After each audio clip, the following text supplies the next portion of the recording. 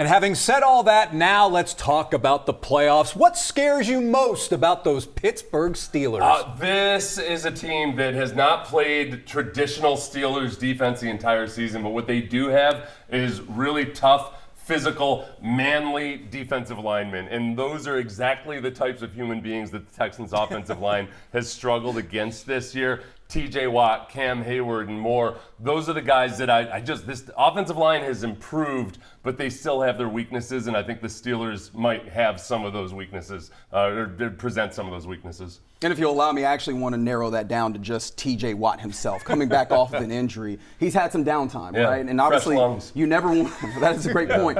You never want, I mean, you could speak to that being on the defensive line. That matters, especially in the war of attrition that is the NFL season. And pressure is one of those things that really bursts the pipes when it comes to especially this Texans offense. But then also, they've got a lot of savvy vets. They're older as a roster, but a lot of savvy vets. Jalen Ramsey, one of those guys, Pro Bowl player, in fact, this year. He's one of those guys that could take the ball away, and turnovers make it really tough when the margins are thin the way this offense operates. I worry about going to Pittsburgh in the cold, in that environment. Sometimes the Texans operation on offense is not the cleanest operation, and then you throw in the element of the crowd and the pressure and the cold.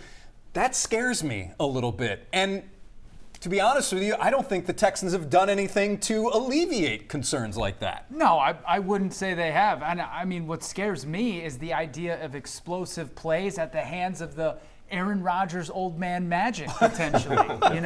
You just don't know what you're going to get from him in a winner-take-all kind of situation. There's always that kind of storyline going into it, and maybe he catches some heat in this crazy cold, and he ends up being really good in that game. It's just one of those things you never know. Well, and talk about fresh legs, DK Metcalf gets a 2-game break, and then he's back in the playoffs.